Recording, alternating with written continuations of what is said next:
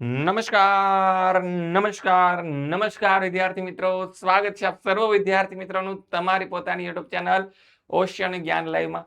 વિદ્યાર્થી મિત્રો, ધોરણ 9ના વિદ્યાર્થીઓ છો અને વાર્ષિક પરીક્ષાની જબરજસ્ત તૈયારીઓ કરી રહ્યા હશો. તો આ ધોરણ 9ના વિદ્યાર્થીઓ માટે વાર્ષિક પરીક્ષાની તૈયારીઓ કરવા માટે આપણે લઈને આવ્યા છીએ તમારા રિવિઝન માટે, તમારા પરીક્ષાની તૈયારીઓ માટે the most MP short questions. Yes, આ શોર્ટ ક્વેશ્ચન્સ એટલા કરી લેશો, ચોક્કસથી તમારા 4 ગુણ તમે સિક્યોર કરી લેશો. તો શરૂઆત કરીએ ધોરણ 9 સામાજિક વિજ્ઞાન વિષય મોસ્ટ એમપી શોર્ટ ક્વેશ્ચન. બરાબર છે, પરીક્ષા આપતા પહેલા જોઈ લેજો. બરાબર છે, પહેલો શોર્ટ ક્વેશ્ચન છે બેટા. હું કહેશે તો કેવું કહેશે કે સંયુક્ત રાષ્ટ્રની મહાસભાએ 10 ડિસેમ્બર 1948ના રોજ શું જાહેર કર્યું હતું? તો ભાઈ સંયુક્ત રાષ્ટ્ર એ લોકોએ માનવ અધિકારો જાહેર કર્યા હતા. શું જાહેર કર્યું હતું? માનવ અધિકારો જાહેર કર્યા હતા. આથી આ દિવસને માનવ અધિકાર દિન તરીકે પણ ઉજવવામાં આવે છે. કયો દિન? તો કે માનવ અધિકાર દિન તરીકે પણ ઉજવવામાં આવે છે. માનવ અધિકાર દિન. યસ. પછી નેક્સ્ટ આગળ વધીએ.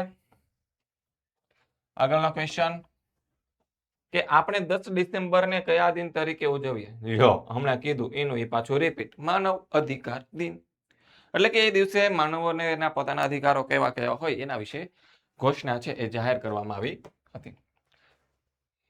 માનવ અધિકાર દિન અથવા તો માનવ હક દિન. બરાબર છે. અને વિદ્યાર્થી મિત્રો, અત્યારે તમે ધોરણ 9ની અંદર અભ્યાસ કરો છો, પણ આવતા વર્ષે તમે આવશો ધોરણ 10માં. કયા ધોરણમાં આવશો? ધોરણ 10ની અંદર આવશો. અને ધોરણ 10માં તમે જ્યારે આવો ત્યારે ધોરણ 10નું એટલે કે તમારા જીવનનું અગત્યનું મહત્વનું ધમાકેદાર વર્ષ. અહીંથી તમારા જે જીવનનો પાયો છે એ કઈ તરફ આગળ વધશે, તમે જીવનમાં શું બનશો એ અહીંથી નક્કી થતું હોય છે. તો ધોરણ 10ની તમારે બોર્ડની પરીક્ષાની મજબૂત એવી તૈયારીઓ કરવી છે. તો જોડાઈ જાઓ ઓશિયન જ્ઞાન લાઈવ યુટ્યુબ ચેનલ સાથે. અને ઓશિયન જ્ઞાન લાઈવ યુટ્યુબ ચેનલ દ્વારા લોન્ચ કરવામાં આવેલી છે બ્રહ્માસ્ત્ર બેચ. અને આ બ્રહ્માસ્ત્ર બેચનું એકમાત્ર વિઝન છે કે એવું છે વિઝન કે ભાઈ ગામડા સુધી છે શિક્ષણ પહોંચવું જોઈએ, ગુજરાતના છેવાડા સુધી શિક્ષણ પહોંચવું જોઈએ. કદાચ એ સપનું અમે લગભગ આમ કહેવાય કે મહદ અંશે સફળતા મેળવી લીધી છે, પણ હવે અમારો એક બીજો ગોલ છે. અને બીજો ગોલ એવો છે કે ભાઈ જે આ ગામડા સુધી જે શિક્ષણ પહોંચી ગયું છે ને, હવે ગામડા સુધી ગુજરાતના છેવાડા સુધી પહોંચેલું આ જે શિક્ષણ છે ને, એને અમારે શહેરમાં જે લેવલનું શિક્ષણ આપવામાં આવે છે ને એની સમકક્ષ લઈ જવાનું છે. શું લઈ જવાનું છે? સમકક્ષ લઈ જવાનું છે. એટલે કે એને રિલેટેડ લઈ જવાનું છે, એની કમ્પેરિઝનમાં લઈ જવાનું છે.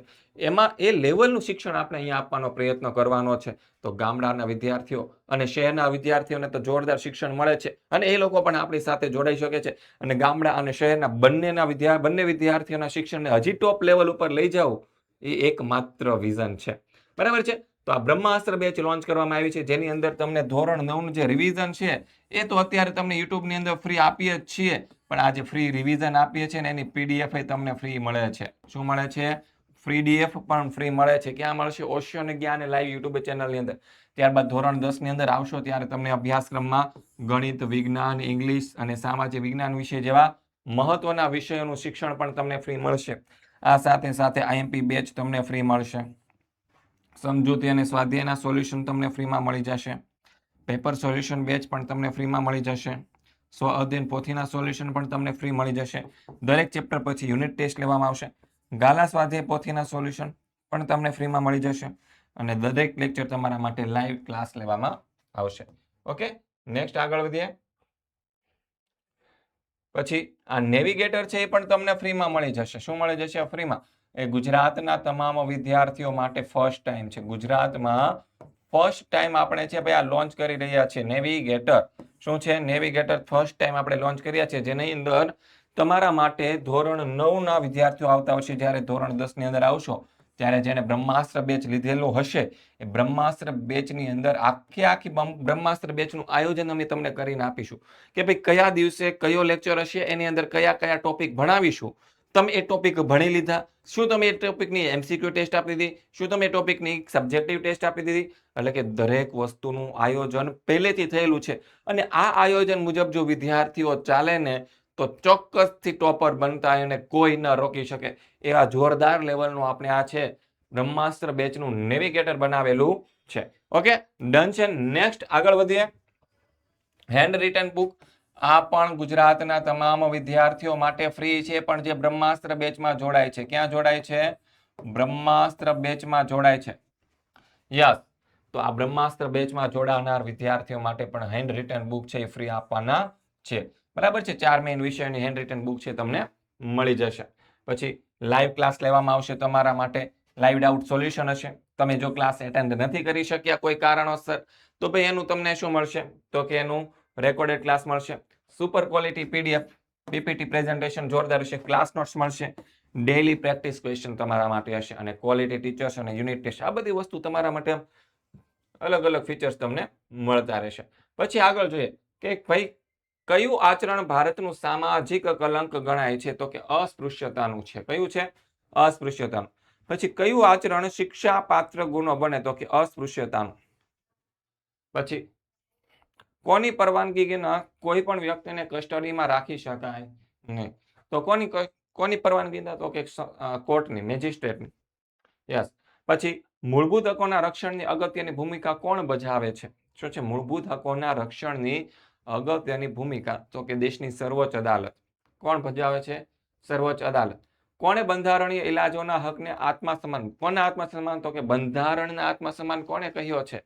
તો કે ભાઈ આપણા દેશના બંધારણના ઘડવૈયા ડોક્ટર બાબા સાહેબ આંબેડકરે છે ભાઈ બંધારણીય ઇલાજોના હકને આત્મા સમાન કહ્યો છે. જેમ શરીરની અંદરથી આત્મા નીકળી જાય તો શરીર મૃત્યુ પામે ને, એવી જ રીતે જો આ બંધારણીય ઇલાજોના હકને આપણા બંધારણમાંથી કાઢી નાખવામાં આવે ને તો ભાઈ બંધારણનો કોઈ મહત્વ નથી રહેતો, એ ખાલી ખોખું પડ્યું રહે છે.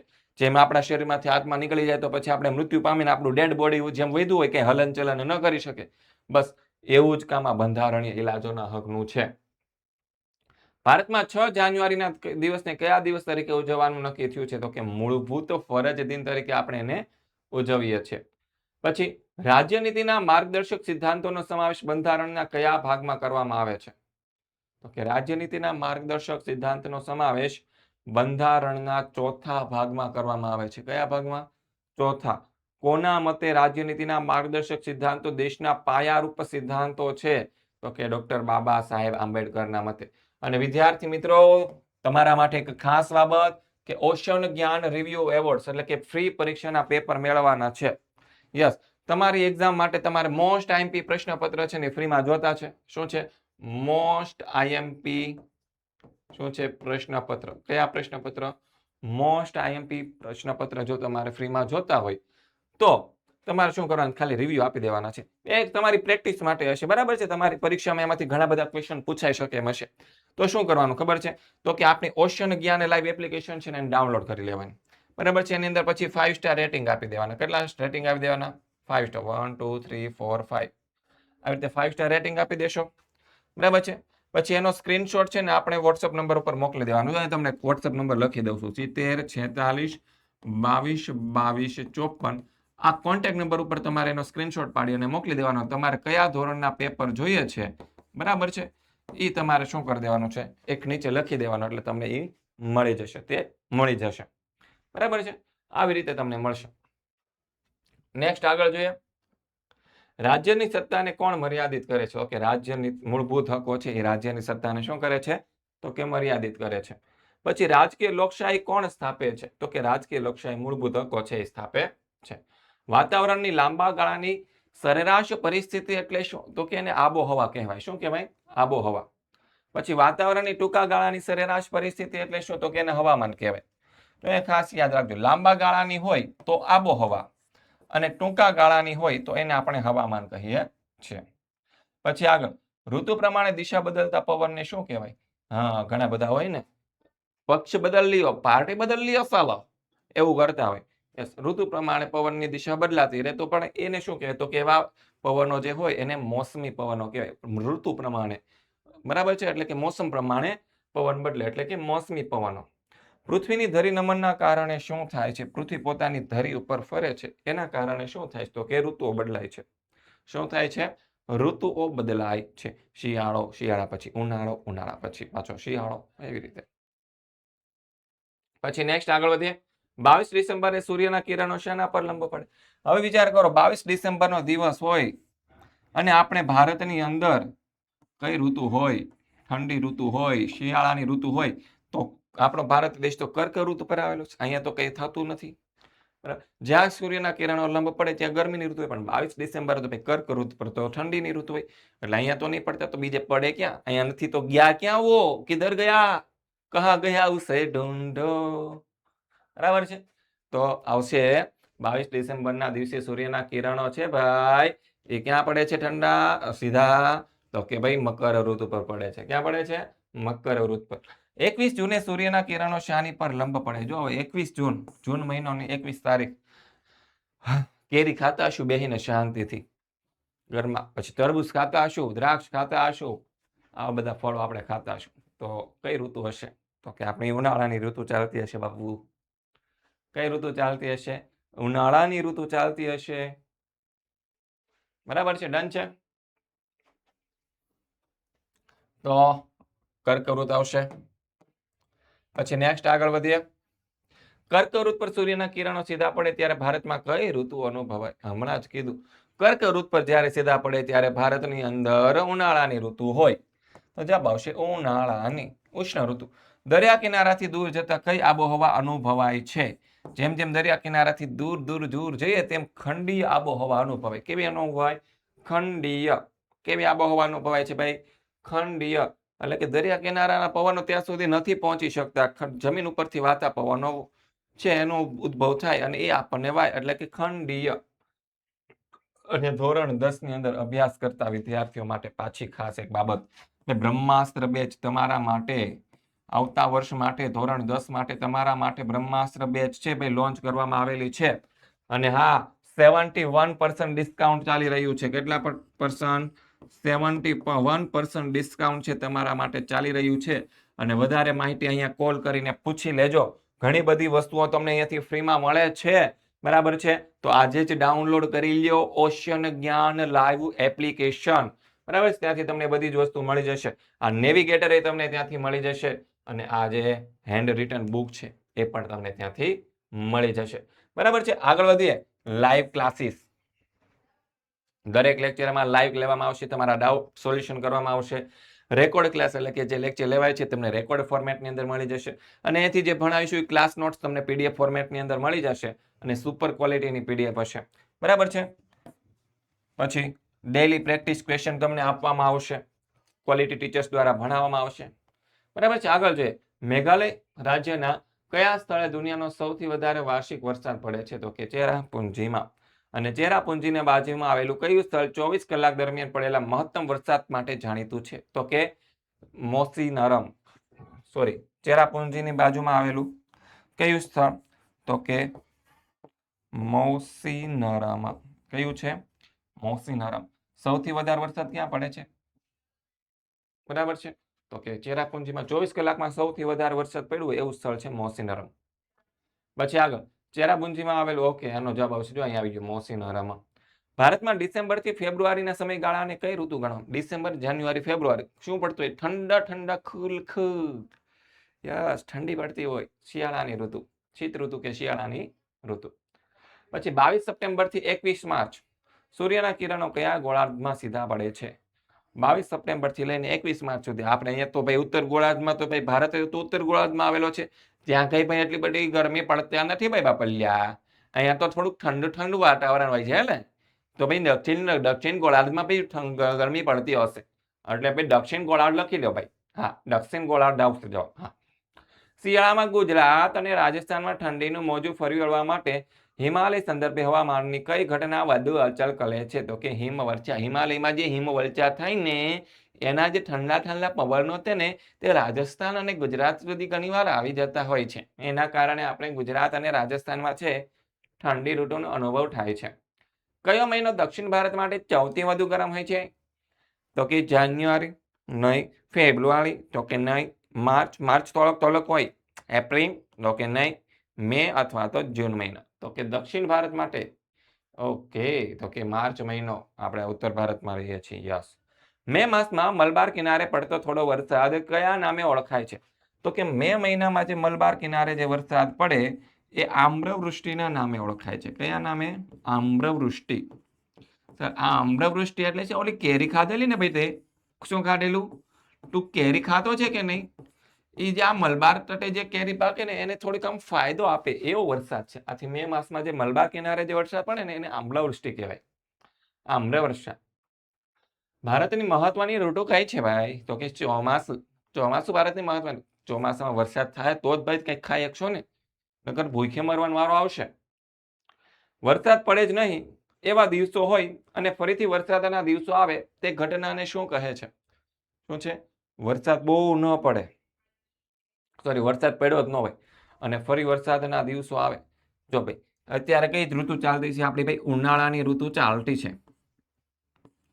પછી આવશે ચોમાસાની ઋતુ કઈ ઋતુ આવશે ચોમાસાની ઋતુ પણ આ ચોમાસાની ઋતુમાં વરસાદ પડવો જ નહીં પછી શિયાળો શરૂ થઈ જાય છે વરસાદ પડ્યા વગરનો શિયાળો પછી પાછું ઉનાળો શરૂ થઈ જશે અને પછી પાછું ચોમાસું આવશે તો અહીંયા વરસાદ ન પડ્યો ઉનાળા પછી શિયાળો ઉનાળો ચોમાસું બરાબર છે આવી ઘટનાઓ તો એ શું કહેવાય દુષ્કાળ કહેવાય શું કહેવાય વરસાદનો ક્રમભંગ કહેવાય છે મોસમી પવનો સાથે કઈ ઘટના સંકળાયેલી છે તો કે વરસાદના ક્રમભંગની ભારતમાં પાછા ફરતા મોસમી પવનોની ઋતુ કયા મહિનામાં હોય તો કે ઓક્ટોબર નવેમ્બર મહિના દરમિયાન હોય પછી ઊંચું તાપમાન અને ભેજની પરિસ્થિતિને શું કહે છે ઊંચું તાપમાન અને ભેજની પરિસ્થિતિને કારણે દિવસનું હવામાન અકળાવનારું બને એ પરિસ્થિતિને શું કહેવાય તો ભાઈ આવી પરિસ્થિતિ જે હોય એને શું કહેવાય તો કે ઓક્ટોબર હીટ કહેવાય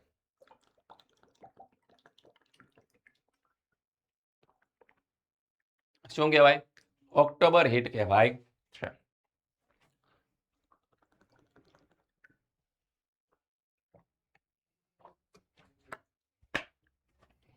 ઓકે ડન છે નેક્સ્ટ આગળ વધીએ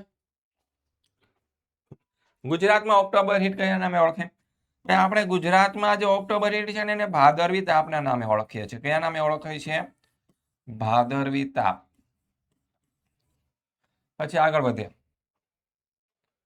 ભારતની આબોહવા કેવી છે તો કે મોસમી આબોહવાનો દેશ છે ભારત પછી આગળ મોસમી પવનોનું મુખ્ય લક્ષણ શું છે તો કે અનિયમિતતા અને અનિશ્ચિતતા ભાઈ ક્યારે કેટલો વરસાદ પડશે અને કયા સમયે પડશે કઈ નિયમિત જ નથી હા ઓલા ક્લાસનો ઠોઠ નિશાળ્યો હોય ને એની જેવું કોઈ વાતમાં નિયમિત ન હોય હા કઈ લેસન આવવામાં નિયમિતતા ન હોય કઈ સ્કૂલે આવવાના સમયમાં નિયમિતતા ન હોય કઈ યુનિફોર્મ પહેરવામાં નિયમિતતા ન હોય કઈ શૂઝ બૂટ મોજા ટાઈ પહેરવામાં નિયમિતતા એના જેવું છે અનિયમિતતા અને અનિશ્ચિતતા જેવું વાત છે મોસમી પવનોનું કઈ નક્કી જ નહીં જૈવ વિવિધતાની દ્રષ્ટિએ ભારત કયા ક્રમે આવે છે તો કે વિશ્વમાં 6ઠ્ઠા ક્રમે આવે છે પછી ભારતને કુલ કેટલા પ્રાણી ભૌગોલિક વિભાગમાં વહેંચવામાં આવ્યા તો કે 8 કેટલા 8 સોરી 9 માય મિસ્ટેક 9 પછી આગળ જોઈએ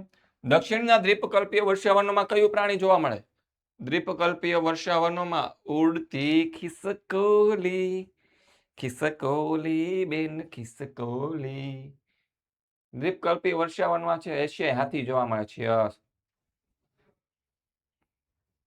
બ્રહ્મપુત્ર નદીના દલદલ ક્ષેત્રમાં કયું પ્રાણી જોવા મળે છે દલદલ ક્ષેત્ર છે ક્યાંનું બ્રહ્મપુત્ર નદીનું તો ભાઈ ત્યાં આપણને જોવા મળશે એક શિંગી ભારતીય ગંડા હિમાલયના ઊંચાણવાળા ક્ષેત્રમાં કયું પ્રાણી જોવા મળે છે તો કે હિમદીપડા ભારતમાં જંગલી બકરીઓ અને કસ્તુરી મૃગ ક્યાં જોવા મળે છે તો કે એક તો હિમાલયના પહાડી વિસ્તારમાં લદ્દાખ સાઈડ અને નીલગિરી પર્વતમાં જમ્મુ કાશ્મીરની અંદર ઓકે દક્ષિણ ભારતના જંગલમાં કયું પ્રાણી જોવા મળે દક્ષિણ ભારતના જંગલમાં હાથી વધારે જોવા મળે અને જંગલી ભેંસ જંગલી ભારતીય બાયસન મધ્ય ભારત અને પશ્ચિમ બંગાળમાં જોવા મળતું પ્રાણી કયું છે મધ્ય ભારત અને પશ્ચિમ બંગાળમાં તો એક જ જંગલ કા રાજા વાહ શેર નો હોય સિંહ તો ખાલી ગુજરાતમાં જ છે ભાઈ પશ્ચિમ બંગાળ એટલે કે વાઘ પછી આગળ જોઈએ કચ્છના નાના રણમાં કયું પ્રાણી જોવા મળે છે? તો કે તમારા ને મારા જેવા આપણા બધાયના દોસ્તાર એવા ઘુડખર. પછી કચ્છના મોટા રણમાં જળપ્લવિત ક્ષેત્રમાં કયું પ્રાણી જોવા મળે છે? તો કે કચ્છના મોટા રણના જળપ્લવિત ક્ષેત્રમાં આપણને તો કે કયું પ્રાણી સુરખાબ નહીં પ્રાણી પૂછ્યું છે તો જવાબ આવશે સુરખાબ. પક્ષી આવવું જોઈએ ખરેખર. ઘોરાડ પક્ષી ક્યાં જોવા મળે? કચ્છના રણમાં ઘાસ ભૂમિના વિસ્તારોમાં. ઉડતી ખિસકોલી તો કે પશ્ચિમ ઘાટના ગીચ વનોમાં જોવા મળે, જે દક્ષિણ ભારતની અંદર જ આવે. યસ. હવે તમને એવું થતું હશે ભાઈ ધોરણ 10 ની બ્રહ્માસ્ત્ર બેચમાં શું મળશે? તો કે ધોરણ 9 ની અંદર જે તમારે અત્યારે વિકાસ અસાઇનમેન્ટ મેળવો છો ને એનો સોલ્યુશન મળશે. બરાબર છે. ધોરણ 9 અસાઇનમેન્ટના સોલ્યુશન મળશે, ધોરણ 9 નું રિવિઝન મળશે, ધોરણ 10 ની બ્રહ્માસ્ત્ર બેચ, ધોરણ 10 ની એમપી બેચ, ધોરણ 10 ની પેપર સોલ્યુશન બેચ અને દરેક લેક્ચર તમારા માટે લાઈવ સ્વ અધ્યયન પોથીના સોલ્યુશન, ગાલા સ્વાધ્યાય પોથીના સોલ્યુશન, સ્વાધ્યાયના solution, navigator, hand written book ને દરેક લેક્ચરની અંદર લાઈવ ચેટ બોક્સ દ્વારા તમે તમારા પ્રશ્નનું સોલ્યુશન કરી શકો છો. કચ્છના અખાતમાં અને લક્ષદ્વીપ દ્વીપ સમૂહમાં કઈ દુર્લભ પ્રજાતિઓ આપણને જોવા મળે છે? તો કે પરવાળાની. આજે સમગ્ર ભારતના જંગલમાંથી કયું પ્રાણી છે એ નષ્ટ થઈ ગયું છે? તો કે એક સમયે જોવા મળતા ચિત્તા આજે ભારતમાં જોવા મળતા નથી. તો જવાબ આવશે ચિત્તા. ભારતમાં એશિયાઈ સિંહો એકમાત્ર એશિયા ખંડની અંદર ગુજરાતના ગીરના જંગલમાં જોવા મળે. ગુજરાતમાં કયા પક્ષીની સંખ્યા ઘટી ગઈ છે? કયા પક્ષીની? તો કે ગીધની. સારસ પક્ષીની ઘટી ગઈ છે.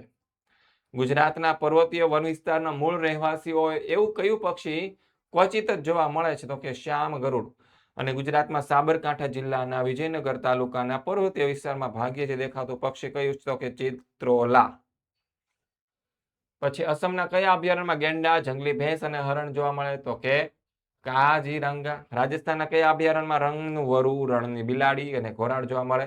તો કે થરનું રણ છે ત્યાં. મધ્યપ્રદેશના કયા અભયારણ્યમાં વાઘ અને આપણને સાબર જોવા મળે છે? તો કે કાન્હા. ગુજરાતના કયા રાષ્ટ્રીય ઉદ્યાનમાં સિંહ, દીપડા અને ચિત્તલ જોવા મળે? સિંહ ક્યાં જોવા મળે? તો કે ગીરના જંગલમાં. અને ગીર રાષ્ટ્રીય ઉદ્યાન જ આવે. સિંહ એટલે કે ગીર. બસ બીજી વાત પતી ગઈ. ગુજરાતના કયા રાષ્ટ્રીય ઉદ્યાનમાં કાળિયાર, વરુ, ખડમોર અને ઘોરાડ? જો કાળિયાર પૂછાય એટલે કે આપણા ભાવનગર પાસે આવેલું, વલભીપુર પાસે આવેલું એકમાત્ર અભયારણ્ય એટલે કે વેળાવદર કાળિયાર. યસ. પછી કર્ણાટકના કયા અભયારણ્યમાં હાથી, રીંછ, સુવર, જંગલી જોવા મળે? તો કે બાંદીપુર. કાશ્મીરના કયા અભયારણ્યમાં હામુર એટલે કે કાશ્મીરી હરણ અને કસ્તુરી મૃગ જોવા મળે છે? તો કે દચીગામ. કાશ્મીરની અંદર એક જ છે, દચીગામ. હિમાલયની તળેટીના કયા અભયારણ્યમાં વાઘ, હાથી, દીપડો, હરણ વગેરે જોવા મળે?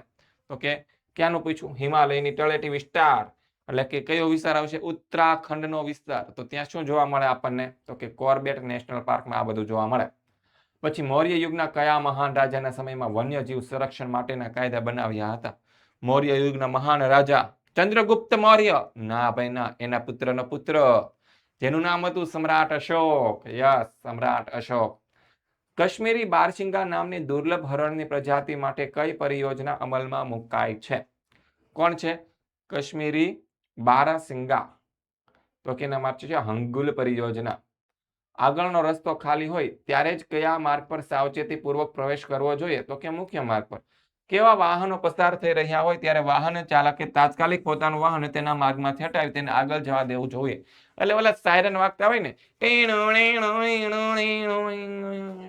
એવા બધા સાયરન વાગતા વાળા જે વાહનો હોય ને તે, જેમ કે પોલીસની ગાડી છે, એમ્બ્યુલન્સ છે, પછી ફાયર સેફટી, ફાયર બ્રિગેડના જે વાહનો હોય છે, એટલે કે જેના સાયરન વાગતા હોય ને એવા વાહનોને આગળ આપણે જવા દેવાના છે.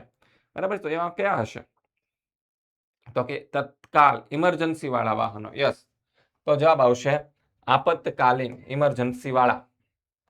રાહદારીઓ માર્ગ પસાર કરી રહ્યા હોય ત્યારે વાહન ચાલકે ડાબી બાજુએ વળતા પહેલા કોને અગ્રતા આપવી જોઈએ? રાહદારીઓ માર્ગ પસાર કરી રહ્યા હોય તે વાહન ચાલકે ડાબી બાજુ વળવું હોય તો કોને અગ્રતા આપવાની? ભાઈ જે રાહદારીઓ ક્રોસ કરે છે એ લોકોને, રાહદારીને. બસ સિમ્પલ વસ્તુ છે. તો કે રાહદારીઓને. જમણી તરફ વળતા પહેલા વાહન ચાલકે સમયસર સૌથી પહેલા કઈ તરફની લેનમાં આવી જાઓ? જો અહીંયાથી તમે જાઓ છો, બરાબર છે, અહીંયા ડિવાઈડર છે આવી રીતે આમ. હવે તમારે અહીંયાથી આમ વળવું છે તો અહીંયા આમ બે લેન છે, બરાબર છે. અહીંયા તમારું વાહન છે, તમારું વાહન આ લેનની અંદર ચાલે છે. હવે તમારે આ સાઈડ વળવું છે, જમણી સાઈડ, આ સાઈડ. તો તમે શું કરશો? આ લાઈનમાંથી પહેલા આ લેનની અંદર આવશો એટલે જમણી તરફની લેનમાં આવશો.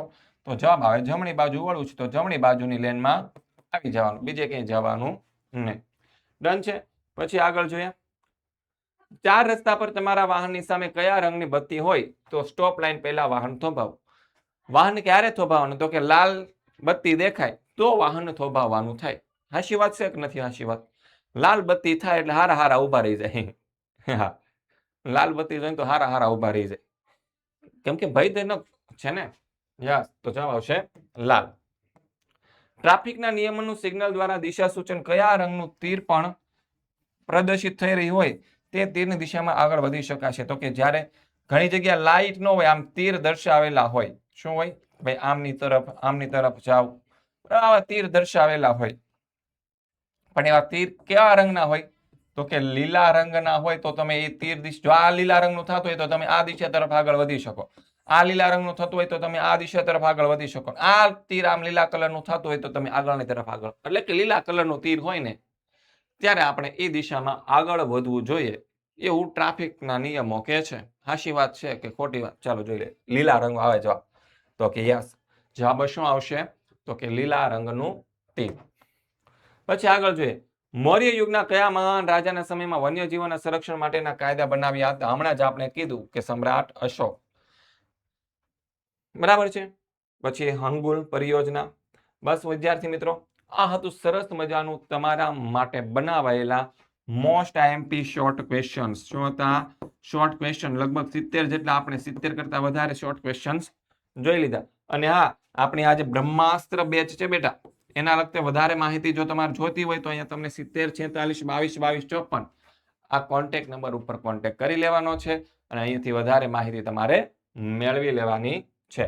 અને હા, 71% જેટલું ડિસ્કાઉન્ટ ચાલે છે, એડમિશન ઓપન છે, વહેલામાં વહેલી તો કે તમે એડમિશન લઈ લેજો. મળીએ છીએ નેક્સ્ટ લેક્ચરની અંદર. ત્યાં સુધી જય હિન્દ, જય ભારત, જય જય ગરવી ગુજરાત.